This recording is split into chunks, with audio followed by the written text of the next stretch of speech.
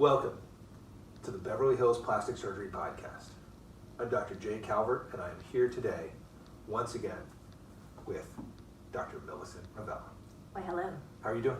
I'm doing great. How are you? I am doing very well, and I have a question for you. Shoot. What's with the Botox? What's with the Botox? I mean, Jesus Christ. All right, Sorry. First of all, let me go on I record. don't want to take the Lord's name in vain over this, but But it is Botox. I think I need to take it. I mean, You seriously, like- what is with the Botox? I love Botox. I honestly love So it. It's great. I just constant infusion, please. I mean, it's true. I mean, Botox really helps. It's amazing. I mean, okay, all joking aside. First of all, you look Botox. like you're like 19 years old. Well, thank you. It's the Botox. Is it? Okay, honest truth, I've been doing Botox since I was 25. No, earlier than that. And I was just going to say, when do you start?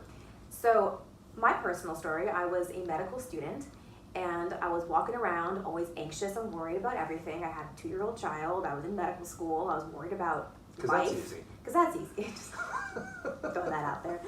And I'm looking in the mirrors and I'm like, I could see this constant frown between my eyebrows. And I wasn't trying to frown. I was just walking around deep in thought and, thinking about things and worried and concerned. And I was like, oh, that's got to go. Went to my friendly dermatologist. She did some Botox on me and that was it. I was done. Hooked. And I've done it routinely since, age 23, 4, Wow. something like that. Somebody asked me today, when do you start? And I said, usually 23, 24, 25. It's a preventative move. Yeah. I think you have to have wrinkles to start with. So, Yes. Okay, so let's go back to the basics. What is Botox? Botox is a neurotoxin derived from botulism it's botulinum toxin, and it is a neurotoxin that stops the signal from a nerve going to a muscle and stops the muscle from moving because there's no signal telling it to move. That's correct. Right. So it's a temporary paralysis of the muscles. And in the form of botulism toxin, Botox, we can temporarily paralyze any muscle that we inject it into. And we can paralyze it to differing degrees. Absolutely. Based on dose. Correct. And how much movement you want. There are some people that come in and say they want to look completely frozen. They want no movement in their face. Yep. They get more Botox. Patients say that all the time. And then some who say they want the actor's Botox, which means they can still move their face, they can still do their muscles of facial expression. They're just a little bit smoother. They need to emote. They need to emote. That is correct. And so if you need to emote, you're going to need some movement. That's what we see here in Beverly Hills. You We can't get be the like, actor's Botox. oh my God, I'm so happy to see you. And it doesn't work Oh, like that. It's not going to get you in great. the parts. Not at all. You're not going to get the next big thing. with No. that. And so Botox is the name brand of a specific kind of botulism toxin. And it was one of the original ones, it's the first one that came out. It's the one that's synonymous with Botox. Say Botox, everybody knows what that is. But it's actually a name brand. And there are other forms of botulism toxin which go by different names. So there's Dysport, Xeomin, there's the new one, what is it? Jeuveau, that's the new one. Sorry, French. And basically, they're all the same thing with a few little tweaks and modifications, but they all have the same mechanism of The action. concept is the same. You paralyze the muscles, they don't move, and it's just like when you put your hand in a cast, the wrinkles on the back of your fingers go away because there's no movement. Because they're not moving. That's right. So that gets rid of the wrinkles by not moving the muscles. Right. And it lasts, depending on the person, and each person has a different metabolism. Some people will go through it in 2 months, some people it'll last 6 months. So everybody's a little bit different. But again, it's temporary, it does wear off, you have to keep doing it. I think, for me, it really helps with the crow's feet. I mean, Oh. if there's anything that's making me look like an old man, it is definitely the crow's feet. No comment. Need some help. Come on, let's go. We're gonna do this I have on to hear, camera. we got some Botox back I there. got I'll Botox hit right you in up. the rock spa Yeah. there, no problem. The rock spa, so for my Medi-Spa arm of my practice, the rock spa goes through a ton of Botox. It is almost like everybody who comes in is like, well, of course I'm getting Botox, and then what else are we doing? Botox and. Yeah, I mean, they just, you can't live without it. You get hooked. No, and that's the thing. And, asking who is a candidate for, how early can you start? Obviously we're not going to go around injecting teenagers. That's ridiculous. But I think once you start seeing movement, lines that form with movement. Now, obviously, anybody, even a teenager, is going to have lines with movement when they smile, around the eyes, or in the forehead when they move. But really, it's when you start to see them become more pronounced and obvious, that's when you're ready to do it. When it's too late is when you have those lines or those wrinkles when you're not moving, because then they just become sort of a permanent part of your face. And Botox can help them. They can loosen and soften those lines, but they're not going to permanently get rid of them. Botox is the cure for what ails you. It absolutely is. It's also got some other cool effects. Hyperhidrosis. Oh, You yeah. treat smelly, stinky armpits. Yes, it had the same neurotransmitters that cause you to move the muscles in your face are the same ones that create a lot of excess sweat. Under the Right, nose. so when you put Botox in your armpits, then it shuts off the sweaty apocrine glands, easy for me to say, and you get a less stinkier armpit. That's true. I mean, it's not really in place of deodorant, but it's for those people that have just excessive amounts of sweating uncontrolled with deodorant. It's good for sweaty hands as well for that same Yes. thing. Botox is, it's pretty awesome. I mean, It's good I like to use it on neck bands. Mm-hmm. These are good. You can do them here. I like to use them for, I like to use Botox for crow's feet, the glabellar lines, the 11s, right. as everybody calls them. But it's really about how you use it that makes people look the way they look afterwards. That's why you'll hear patients say, "Oh, I didn't like the way she did her Botox.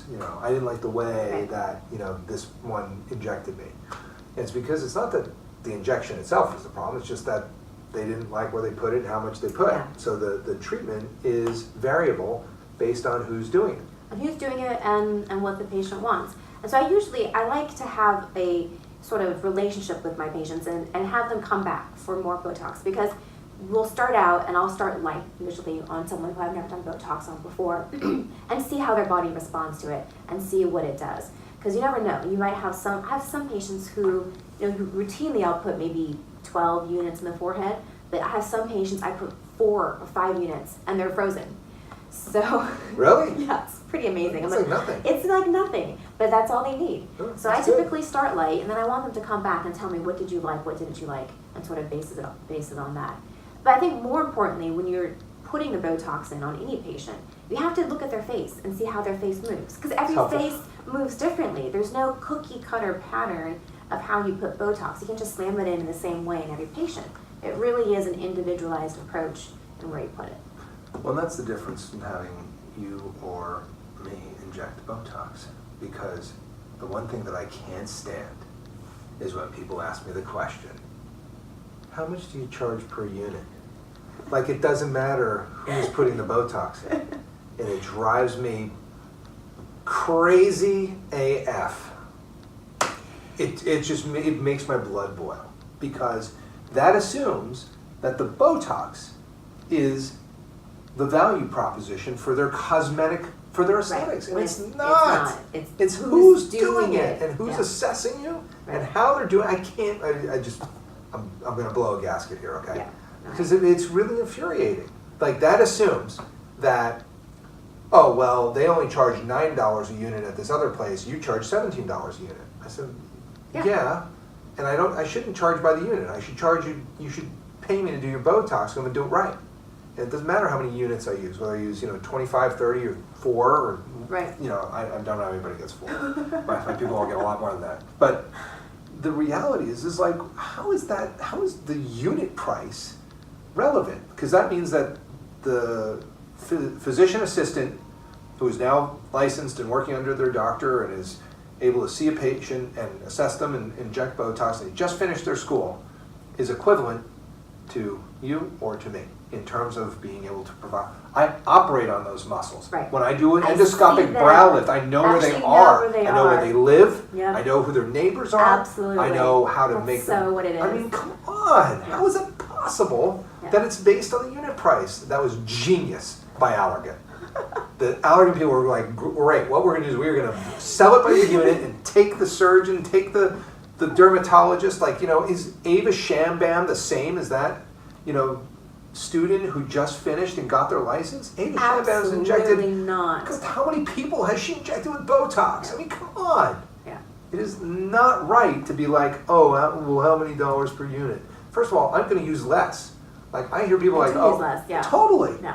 I hear people, oh, I got $9 a unit at this other place, but they had to use 75 units. I was like, yeah, no because they need to make some money on That's right. I'm going to do it for $17 a unit, but I need 20 units. Yeah. So do the math. You're paying a lower unit, a higher unit price, but you're getting less unit, and you're getting a better effect. Like, come on, people. This is a hot topic for I you. just can't. You're That's really why I fired said, up what's over with the this. Botox? It drives me crazy. I'm sorry. I can see that. I like it. I mean, it's like sometimes don't you just feel like you just be like, you idiot. Come on, really? Did you just ask me that? Let me say this first of all. There are plenty of nurse injectors, physician's assistants out there Who are awesome. who are amazing I and didn't do a say great anything job. about that. I'm just saying. It's level of experience. That's though. right. Like, and just artistic it's touch. different. But there is different. definitely something to be said comparing a plastic surgeon or someone who's been doing this for many, many years and who knows it. Yeah, you get what you pay for in this life. I saw a patient today. I feel bad even saying this. I just because she's gonna know I'm talking about her, and she's gonna start crying when I say it because it makes me want to cry. That paid in Beverly Hills $4,000 for a rhinoplasty. The viewers can't hear this. that was the sound of my mouth just dropping. I mean, $4,000. Now, here's the thing. She said she rolled into a room, IV in, slammed, woke up during the procedure, rolled back out, and the next patient rolled past her going into the OR. I said, do you think they even cleaned the instrument? She goes, oh my God, I didn't even consider that. So evidently, it's nobody I knew, nobody you know, who did the rhinoplasty, but I was just sort of horrified by it. I felt horrible for her. I don't want to sit here and talk Beverly Hills pricing because we're in a very weird market here. But the cost to do a rhinoplasty, everybody sit down for a minute and just be like, if you imagined you had to go and buy all the stuff and get the people together and get the room to do it in and get an office and get sponges and instruments and sutures and get all that together. For that space. What do you think it might cost to do a rhinoplasty? And I'm not going to put out any figures, but I'm going to tell you one thing. In Beverly Hills, it's higher than $4,000. It's way higher. Just the cost of opening a room and paying rent for a day is expensive in Beverly Hills. Just the real estate's ridiculous. Never mind the instrumentation, the nursing support. They had one nurse doing recovery and circulating, and no anesthesiologist, anesthesia by surgeon. So, you can do it that way. That is not against the law. It is, have at it. But her nose looked like it was a $4,000 rhinoplasty. You get what you pay for. It's upsetting to me. I'm sorry. It just isn't. That's not right. No, especially not when it's on that's your not right to do face. that. It's on your nose. It's right on your face. Everyone sees it. Okay, I'm gonna calm down now. The Botox thing got me going. Because you're all fired up. What's with the Botox? What's with the Botox? Did we cover that adequately? I think so. I think we're good. We'll come back around to it some other day. Because right now I You're gotta just go too cool fired off. up. All right. Well, this is the Beverly Hills Plastic Surgery Podcast coming to you direct from the 90210.